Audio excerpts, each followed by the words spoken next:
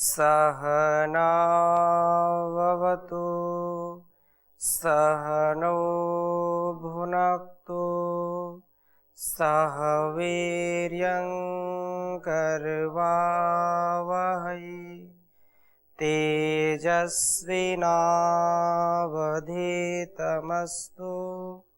मा विद्विषावहै।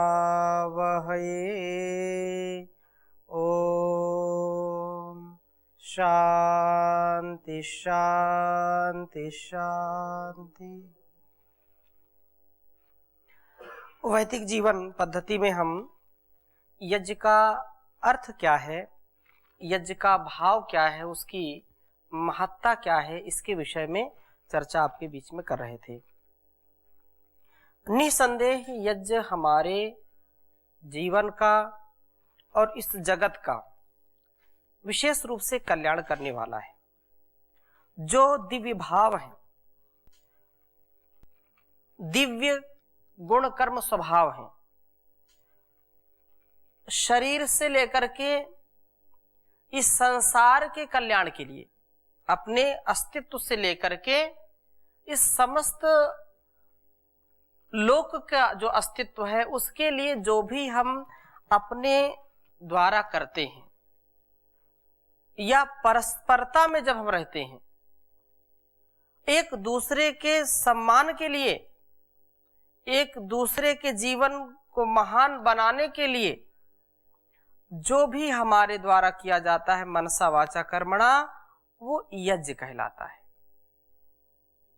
और यज्ञ के लिए ही सारा हम व्यापार करते हैं। सुबह से लेकर के रात्रि पर्यंत, शयन पर्यंत, जागरण से लेकर के शयन पर्यंत जो भी हमारा व्यवहार होता है वो दूसरों के लिए होता है। वो भले ही व्यक्ति कहे मेरे लिए है, वो उसमें उसका भी है, लेकिन जो भी वो कर रहा है, करने के लिए समर्थ हुआ है, तो वो भी दूसरों के द्वारा दिया गया है। उसने दूसरों के द्वारा सामर्थ्य पाया है और उस सामर्थ्य से भी दूसरों को भी वो सेवा के रूप में या उसका जो भी सामर्थ्य है उस दृष्टि से जब वह समष्टि के लिए कोई कार्य करता है तो वह यज्ञ कहलाता है। और यज्ञार्थ ही सारा कर्म हमारा होना चाहिए।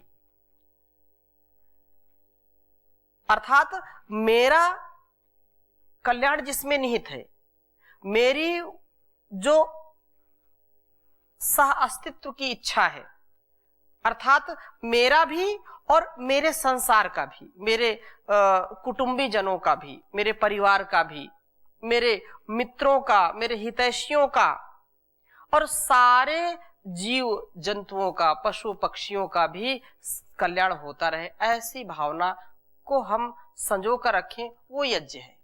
वो यही यज्ञीय परंपरा है। एक तो अग्निहोत्र यज्ञ, वो तो उसकी चर्चा हम करेंगे ही करेंगे। यही बात गीता में भगवान श्री कृष्ण जी ने कही कि संसार में जो व्यक्ति जो है कर्म करता है परहित के लिए, अपने कर्तव्य निभाने के लिए, धर्म की स्थापना के लिए, धर्म की स्थापना का तात्पर्य क्या है? जो न्याय है, जो सत्य है, जो परस्परता का व्यवहार है, उसकी प्रतिष्ठा के लिए, उसकी मर्यादा को बनाए रखने के लिए जो हम करते हैं वो यज्ञ है। और तृतीय अध्याय के 9वें श्लोक में बहुत अच्छी बात कही भगवान श्री कृष्ण ने कि यज्ञार्थात् कर्मणो अन्यत्र लोको अयम कर्म बंधनः तदर्थम कर्म कौन्तेय मुक्त संगः समाचरा। बहुत सुंदर बात कही है, एक बार इसको लिख लीजिए और इसका भाव समझने का प्रयास करेंगे कि यज्ञीय जो कर्म है वही तुमको संसार से मुक्ति प्रदान कर सकता है। अन्यत्र इसके अलावा जो भी कर्म है वो बंधन के कारण बनेंगे। उच्चारण करेंगे, यज्ञार्थात् कर्मणोऽन्यत्र लोकोऽयं कर्म बंधनः तदर्थं कर्म कौन्तेय मुक्त संगः समाचर यज्जर्थात् कर्मणोऽन्यत्र लोकोऽयं कर्म बंधनः तदर्थं कर्म कौन्तेय मुक्त संगः समाचर। बहुत ही सुंदर बात कही भगवान श्री कृष्ण ने अर्जुन को समझाते हुए कि संसार में यदि आपको यह यज्ञीय कर्म करते हुए जीवन व्यतीत करना है तो यह सबसे उत्तम है। यज्ञ अर्थात यज्ञ के निमित्त किए जाने वाले कर्म यदि आप करते हो, लोकोपकार के लिए, संसार के उपकार के लिए, जीवों के उपकार के लिए यदि कर्म करते हो तो यह बहुत उत्तम है और इससे अनासक्त भाव का प्रादुर्भाव होता है। यदि हमारे अंदर लोक की चिंता है, लोगों की चिंता है, तो फिर हम अहंकार नहीं कर पाते हैं। अहंकार जो व्यक्ति करेगा वो लोक उपकार नहीं कर सकता है। वह व्यक्ति कभी भी उत्कर्ष को प्राप्त नहीं हो सकता है जो अहंकारी होगा। यज्ञीय स्वभाव जब होगा तो व्यक्ति स्वयं ही बहुत ही विनम्र होगा, साहस से परिपूर्ण होगा और स्वाभिमानी होगा। अभिमान नहीं होगा, स्वाभिमान होगा, अर्थात वह अपने प्रत्येक कार्य को बिना स्वार्थ के, बिना किसी राग द्वेष के सर्वत्र वर्तता है। ऐसा यदि व्यक्ति करता है तो वही बात यहां कही भगवान ने कि यज्ञ अर्थात यज्ञ के निमित्त किए जाने वाले जो कर्मणः कर्मों से अतिरिक्त जो कर्म है, यज्ञ से जो यज्ञ के लिए अथवा यज्ञार्थ जो कर्म है, लोकोपकार से अतिरिक्त जो कर्म है वो अन्यत्र दूसरे कर्मों में लगा हुआ ही अयम यह लोक, जो अक्सर लोग इसमें फंसते हैं। 99% लोगों का यही स्वभाव होता है। ये लोक किसकी? ये लोको अयम कर्म बंधना अन्यत्र, ये यज्ञ से विपरीत कर्म करते हुए बंधन में आता है। बंधन का कारण क्या है? यज्ञ से विपरीत कर्म करना। यदि यज्ञीय कर्म होगा तो बंधन से व्यक्ति मुक्त हो जाएगा और यदि यज्ञीय कर्म नहीं होगा तो निसंदेह बंधन में आएगा ही आएगा। इसलिए हे कौन्तेय, कुंती पुत्र, तू जो है अनासक्त होकर के मुक्तः संग तदर्थम, इसलिए कर्म, हे कौन्तेय कुंती पुत्र, कर्म करो। कैसे? मुक्त संगा समाचार, मुक्त संग होकर के। ये यज्ञ के लिए, तदर्थम यहां पर आया, तदर्थम इसलिए, किस लिए? तदर्थम यज्ञार्थम, यज्ञ के लिए तुम कर्म करो। तदर्थम अर्थात उस यज्ञ के निमित्त ही भली भांति कर्म, कर्तव्य कर्म को समाचार कर। कर्तव्य कर्म को करना क्या है? यज्ञ है। यज्ञ को हम समझना चाहते हैं तो हमारा निज कर्तव्य कर्म, हमारा स्वधर्म, हमारी जो ड्यूटी है, एक पिता के रूप में, एक माता के रूप में, भाई के रूप में, बहन के रूप में, एक अच्छे अध्यापक के रूप में, एक अच्छे शिष्य के रूप में, छात्र स्टूडेंट के रूप में, एक देशभक्त के रूप में, एक नेता के रूप में, एक किसी कर्मचारी के रूप में, किसी अधिकारी के रूप में, जो भी कर्तव्य मैं कर रहा हूं वो निष्काम भाव से, निष्कपट हो करके, निरहंकारी हो करके, निर्द्वंद हो करके जब मैं उसको करता हूं तो वही यज्ञीय कर्म कहलाता है। कोई भी व्यक्ति कर्मों से अलग नहीं है, कर्म तो करना ही करना है, लेकिन उसका जो स्वधर्म है, सत्य के लिए, न्याय के लिए, दूसरों के सहयोग के लिए अपने जीवन का जो उपयोग करता है उसका जीवन यज्ञ होता है। ओम स्वामी जी। मुक्त संग होकर कर्म करने का क्या मतलब है? मुक्त संग, संग से दोष आते हैं। संग का तात्पर्य यह है आसक्ति, आसक्त होना, मिलना, किसी चीज को चाहना, अज्ञानता पूर्वक, अविवेक पूर्वक जो अनावश्यक चीजों का ग्रहण करना, अनावश्यक चीजों का विचार करना, अनावश्यक जो विषय है उनको पाने की इच्छा करना, वो क्या है? वो संग कहलाता है, आसक्ति संग कहलाती है। तो यहां पर जो मुक्त, आसक्ति से मुक्त होना अर्थात ये मुक्त संग होकर के अर्थात अनासक्त भाव से आसक्ति को छोड़ दो, अविवेक पूर्वक इच्छाओं को छोड़ दो, अज्ञान अविद्या से युक्त जो इच्छाएं हैं उनको छोड़ करके ज्ञान युक्त, विवेक युक्त और जो यथोचित हमारे लिए और इस संसार के लिए सद इच्छाएं हैं उनको तो करना ही चाहिए। उससे विपरीत जो आसक्ति है अपने निजी सुख के लिए उनको छोड़ना ही मुक्त संग कहलाता है। जी स्वामी जी, पीछे आपने बताया था संगतिकरण एक प्रकरण। हाँ, वो संगतिकरण अभी बताएंगे। उसमें और इसमें क्या भिन्नता है? संग मुक्त होना और संगतिकरण।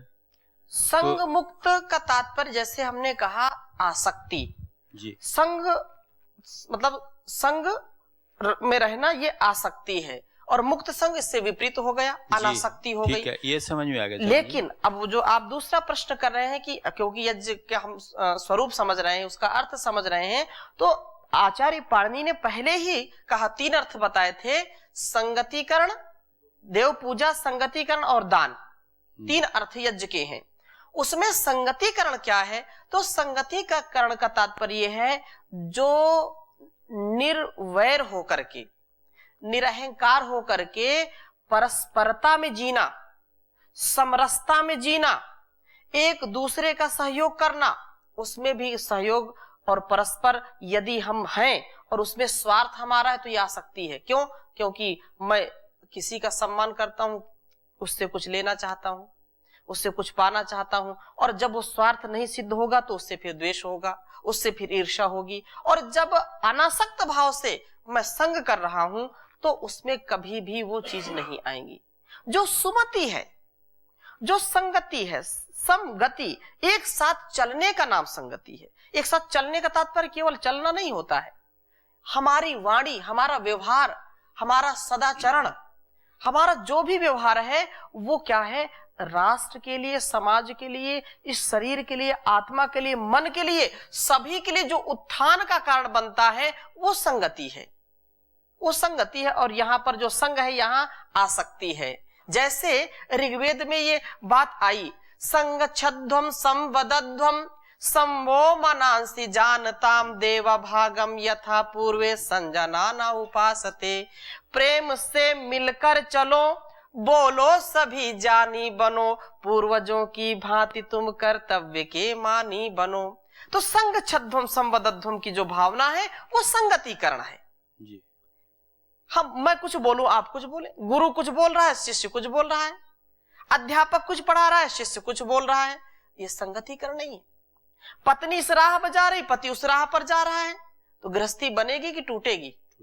ये संगतिकरण नहीं होगा। संगतिकरण ये है मेल जोल, एक दूसरे का बैलेंस बनाते हुए, संतुलन बनाते हुए, निर्माण की जो भावना है, जो है राष्ट्र निर्माण की हो, गृहस्थी निर्माण की हो, चरित्र निर्माण की हो, या किसी भी स्तर से जो उत्थान का मार्ग है, जो निर्माण का मार्ग है, जो सृजन का मार्ग है, उसमें बहुत निकटता, बहुत सादगी, सात्विकता के साथ निस्वार्थ भावना से जो मिलना है वो संगतिकरण है। ठीक है जी। ओ।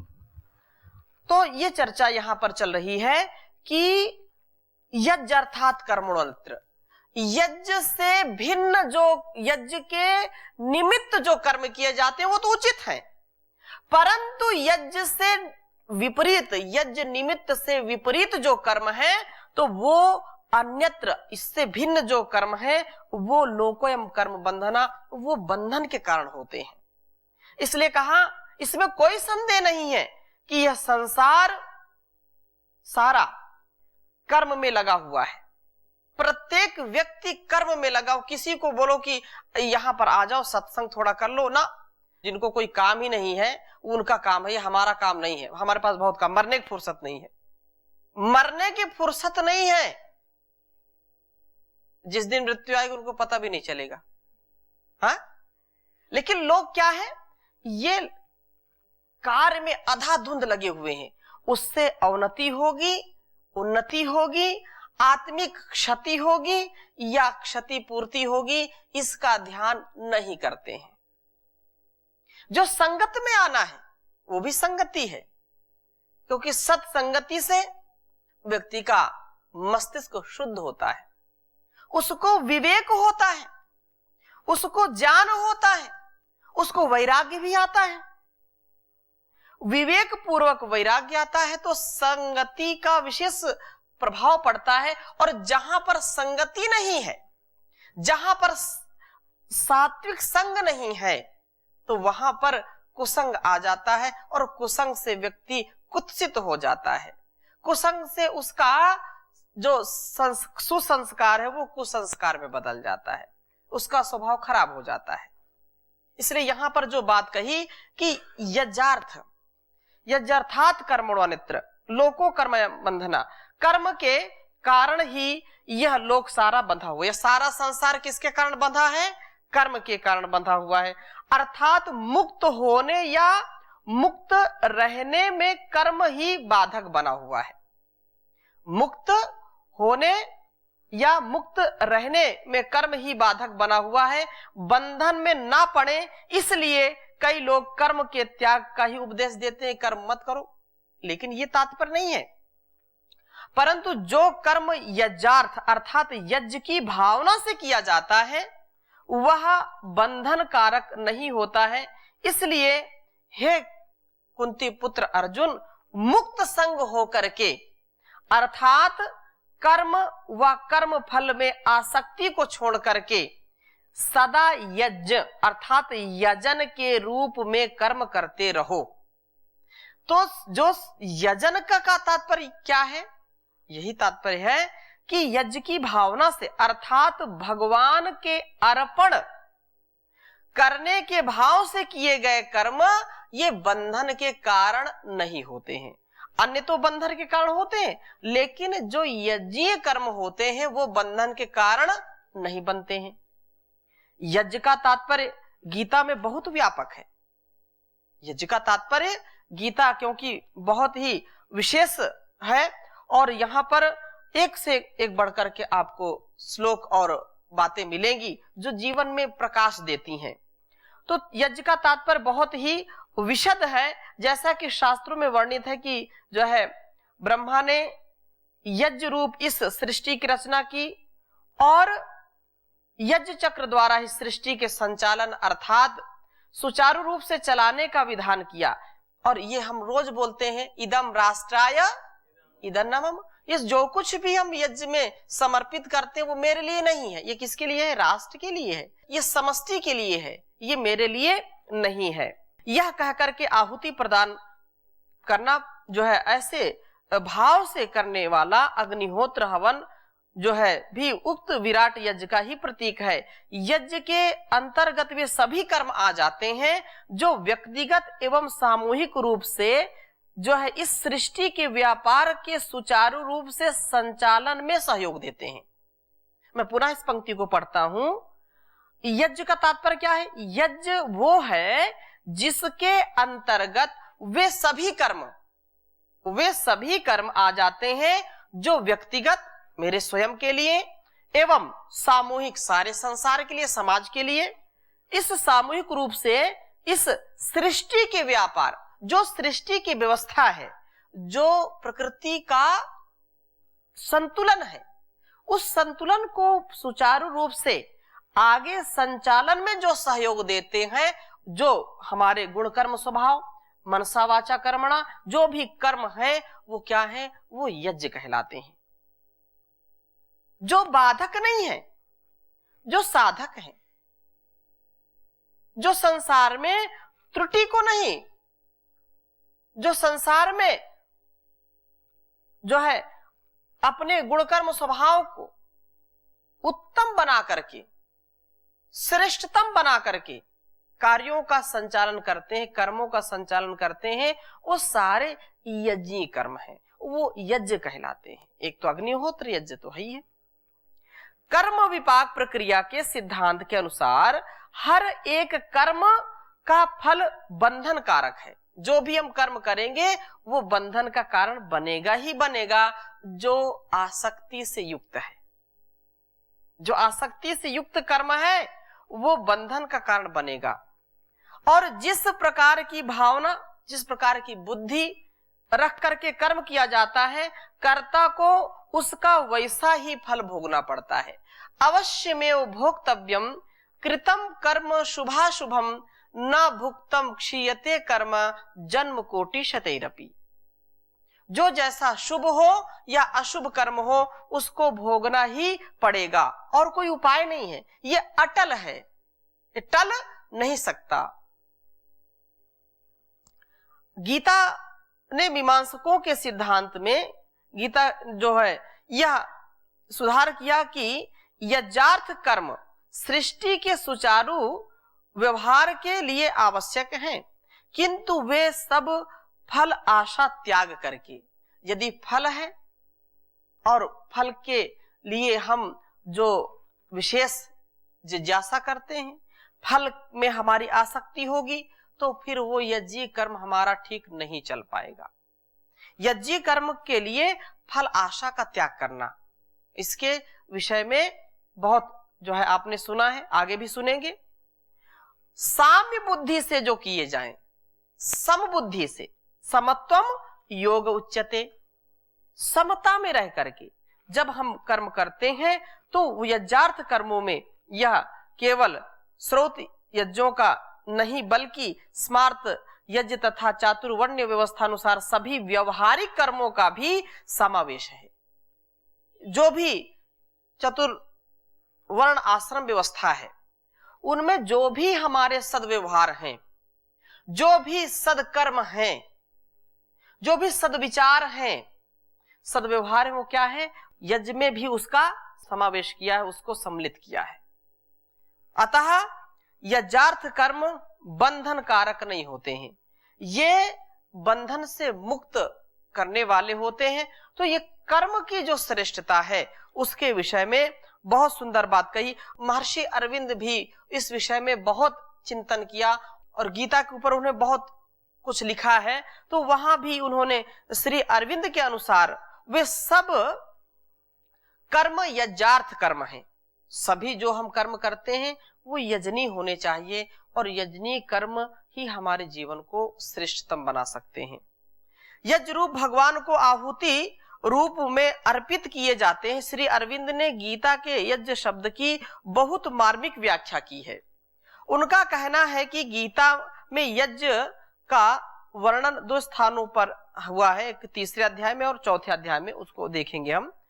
ऊपर से देखने से मालूम पड़ता है कि यज्ञों के इस वर्णन में गीता उस समय के प्रचलित आनुष्ठानिक यज्ञों की कर्मकांड की बात कह रही है, परंतु गहराई से देखने से ज्ञात होता है कि यज्ञ शब्द का गीता ने बहुत व्यापक दार्शनिक अर्थ में प्रयोग किया है। दोनों स्थलों में यज्ञ के संबंध में गीता ने जिस भाषा का प्रयोग किया है उसमें इस विषय में कोई संदेह नहीं रह जाता कि इन स्थलों में यज्ञ संबंधी वर्णन है वह रूपाकात्मक है। यज्ञ करने की शिक्षा द्वारा जिस यज्ञ को करने के लिए कहा गया वह ब्रह्म जो है यज्ञ या अन्य जो भी यज्ञ है उसके अलावा बाह्य यज्ञ ही नहीं अपितु आंतरिक यज्ञ है। हम अंदर से भी तो यज्ञ करते हैं, हर पल हर क्षण यज्ञ हमारे अंदर चल रहा है, अंदर भी है बाहर भी है। तो प्राचीन वैदिक जो है पद्धति में सदा ही दो तरह का अर्थ है, एक भौतिक अर्थ और एक आध्यात्मिक अर्थ, एक बाह्य और दूसरा आभ्यंतर। गीता का संपूर्ण कर्म सिद्धांत उसकी यज्ञ संबंधित भावना पर अवलंबित है। सृष्टिकर्ता प्रजापति ने यज्ञ के साथ अर्थात यज्ञ को सदा के लिए उनका जीवों का साथी बना करके रचा है।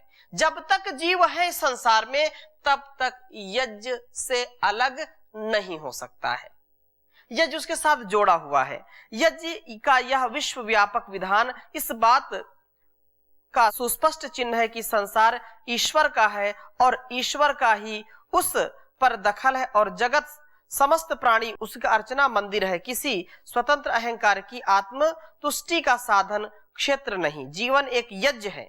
जीवन क्या है? एक यज्ञ है जिसकी पूर्णता आत्मदान में होती है। यह आत्मदान ही निष्कामता है। अब यह प्रश्न है कि आत्मदान, यह व्यष्टि का अपने को विश्व की आत्मा के सम्मुख उत्सर्ग कर देना, यह आत्मसमर्पण क्यों नहीं होता? अरविंद का कहना यह है कि आत्मसमर्पण इसलिए नहीं होता क्योंकि पुरुष अपने कर्मों का कर्ता, अपने आप को ही जानता और यह नहीं देख पाता कि जगत के सारे कर्म जिसमें उसने आभ्यंतर और बाह्य कर्म शामिल हैं, उसके अपने कर्म नहीं, एक ही विश्वकृति द्वारा होने वाला कर्म है और कुछ भी नहीं। इस तथ्य के अज्ञान के कारण ही जीव यज्ञ के विधान की निष्कामता की, कर्मयोग की उपेक्षा करता है और संसार के सब कुछ अपने लिए ही बटोरना चाहता है, जो कि एक अयज्ञी भावना है। उस संसार में सबको देने की भावना से जब हम कर्म करते हैं तो वो यज्ञ कहलाता है। आज की कक्षा में इतना ही, शेष चर्चा अगली कक्षा में करेंगे। ओम शांति शांति शांति।